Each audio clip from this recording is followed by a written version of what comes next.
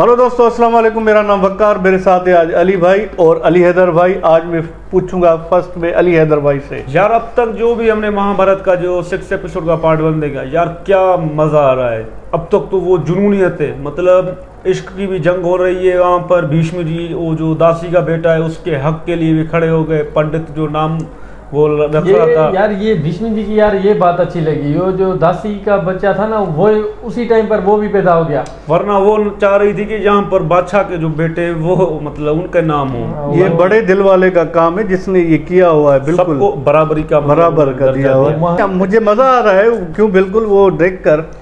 महारानी जो है वो भी भाई पूरे गुस्से में, वो जो दो राजाओं की माँ है, वो दोनों महारानियां, वो भी भाई पूरा गुस्से में आ गए। सातवें आसमान पर है, मतलब उनकी आंखों से लग रहा है, उनका हुलिया देख के हमें ऐसा लग रहा है। और परशुराम जी के साथ उनकी कुछ बातचीत हो गई है। अभी परशुराम को उन्होंने बुलाया है कि जहाँ मौत कबूल करो या फिर शादी कर लो। अभी वही मैंने फर्स्ट एपिसोड में देख रहा था, महाराज शांतनु से ही ये झगड़ रही थी। अभी ये अपने वो सत्यवती हो, उसको पता नहीं यार कौन सी लालच है या फिर क्या है। वो चाहती है सल्तनत मेरी हो, बादशाह। ये सारे झगड़े मतलब उसी जमाने से चलते आ रहे हैं अब तक। ये जो भी जमीनों का ये जो है ना, ये घर के मामले है ना, चलो बड़े टफ होते हैं। चलो दोस्तों देख के देखें क्या होता है। वाह, स्वीट म्यूजिक, वाह फ्लूट।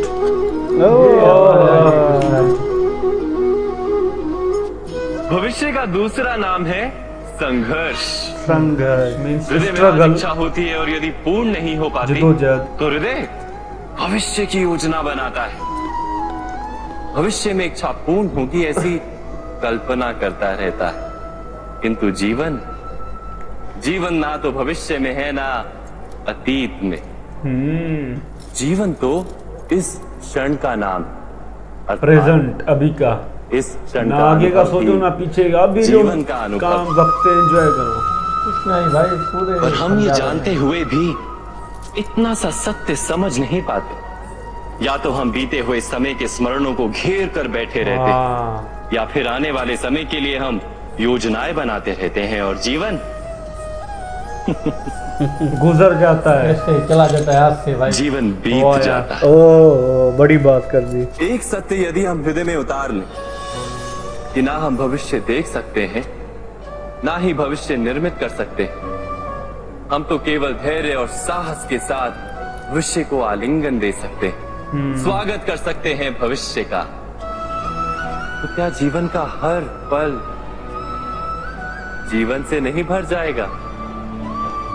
स्वयं विचार कीजिए, सोचिए। वाकई यार हमारा वक्त ऐसे ही ये चलो ये कौन आ गया? भीष्म जी, मतलब भीष्म जी को मौत कबूल कर ली। देखते हैं यार, ये चला गया कहाँ पर? अब यार क्या होगा? परशुराम जी ये आ गए। देखो यार, ये राजकुमारी यहाँ पर परशुराम जी को देखो यार किस तरह है। तारीख लिखती है, औरतों की वजह से युद्ध होते हैं। हाँ ये बात है वकार भाई, सही बोला। रुक जाओ भीष्म,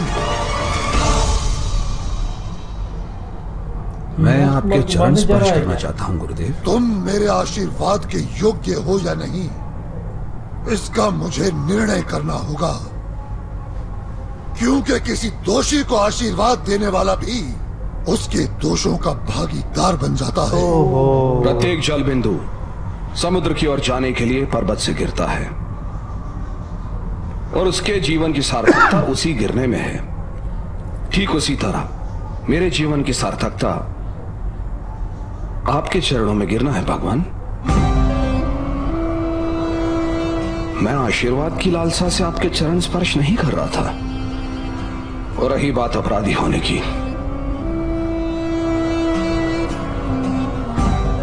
तो आपके हृदय में संदेह उत्पन्न हुआ, यही मेरे लिए अपराध है। यदि मैं हस्तिनापुर की चिंता से ना बंधा होता तो इसी क्षण इसी समय मृत्यु की इच्छा करता। मैंने कब कहा कि तुम्हारे प्रति मेरे मन में संदेह है वत्स, परंतु इस कन्या के मन के समाधान के लिए तुम्हारी परीक्षा लेना चाहता हूं। मुझसे युद्ध करो भीष्म। यदि तुमने धर्म की भूमि पर अपने चरण दृढ़ता पूर्वक रखे होंगे तो तुम मुझसे कदापि पराजित नहीं होगे, क्योंकि पर्वत से पत्थर तभी गिरता है जब वो पर्वत की मिट्टी पर दृढ़ता से न बैठा हो। तो क्या मेरे गुरुदेव मुझसे पराजित होंगे? यार भीष्म रो रहे हैं। शिष्य के हाथों पराजित होने में भी गुरु गौरवान्वित ही होता है भीष्म। ओहो, युद्ध करो मुझसे। जिस तरह श्वेत वस्त्र पर छोटा सा लांछन भी उभर आता है, उसी तरह शुद्ध चारित्र पर छोटा सा आरोप भी समाज के मन में शंका का बीज बन जाता है। इसलिए उठाओ शस्त्र भीष्म और आज समग्र समाज के मन की आशंकाओं का समाधान कर दो वत्स। क्या होगा आगे? ये क्या है?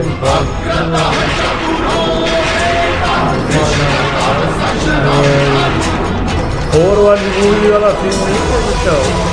और मैं नीचे काफी क्या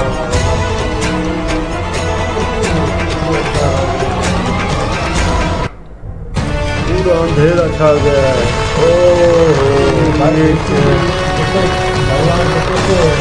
वो देखो, इसकी वजह से लड़ रहे हैं। भीष्म जी तो रो रहे थे यार। करेंगे या नहीं? तूफान आ गया। आग के ओले।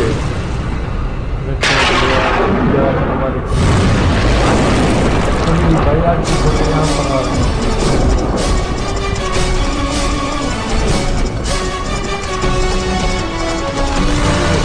आज इसका भी परीक्षा का दिन है, बड़ा इम्तिहान है आज।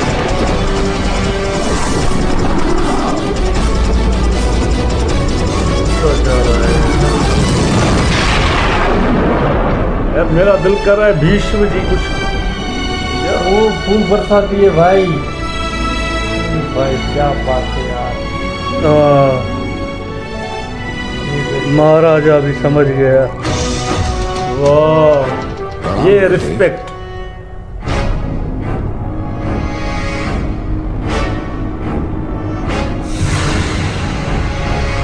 गुस्सा हो गए पर स्लोली।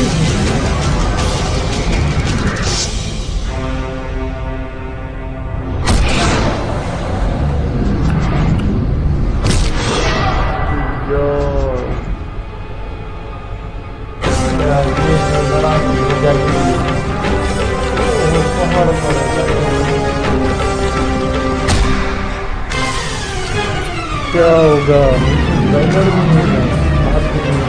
जो गुरु जी है ना, अभी क्या कर रहे हैं?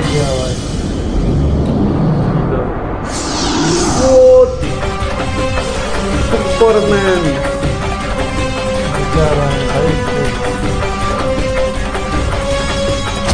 Full energy fight.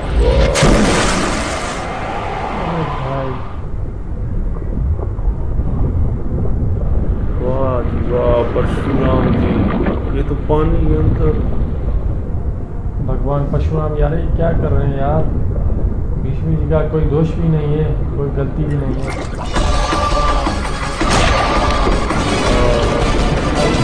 कैसे आ चुका है ना भगवान परशुराम पर?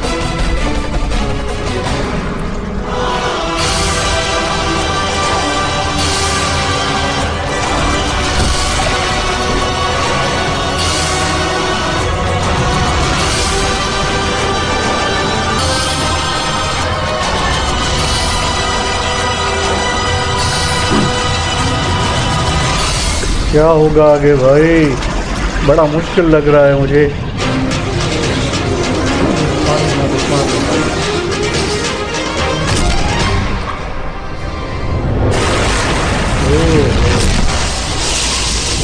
और राजकुमारी कहाँ है भाई?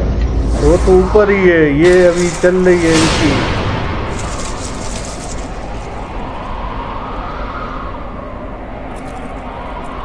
तुम युद्ध नहीं छल कर रहे हो भीष्म। मैं अपने गुरु पर आक्रमण नहीं कर सकता। ये तो गुरु के आदेश का अपमान है। क्या तुम्हारे मन में अपने गुरु के प्रति इतनी ही श्रद्धा और भक्ति है कि तुम उसके आदेश का अपमान कर सकते हो? ये हुक्म दे रहे हैं, वो रिस्पेक्ट कर रहे हैं। तुच्छ है वो गुरु भीष्म जी फंस गए हैं क्या? जिसका शिष्य उसका आदेश न माने। तुम्हें अपने गुरु की शक्ति पर विश्वास नहीं कि यदि तुम आक्रमण करोगे तो तुम्हारा गुरु पराजित हो जाएगा।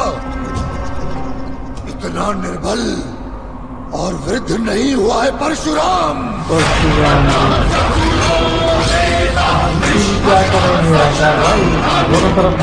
बड़ा मुश्किल लग रहा है, अब करेगा कुछ, मुझे अब लग रहा है।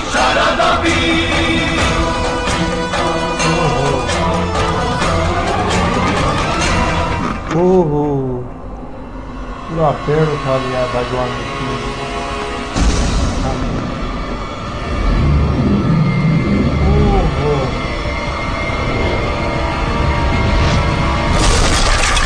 वो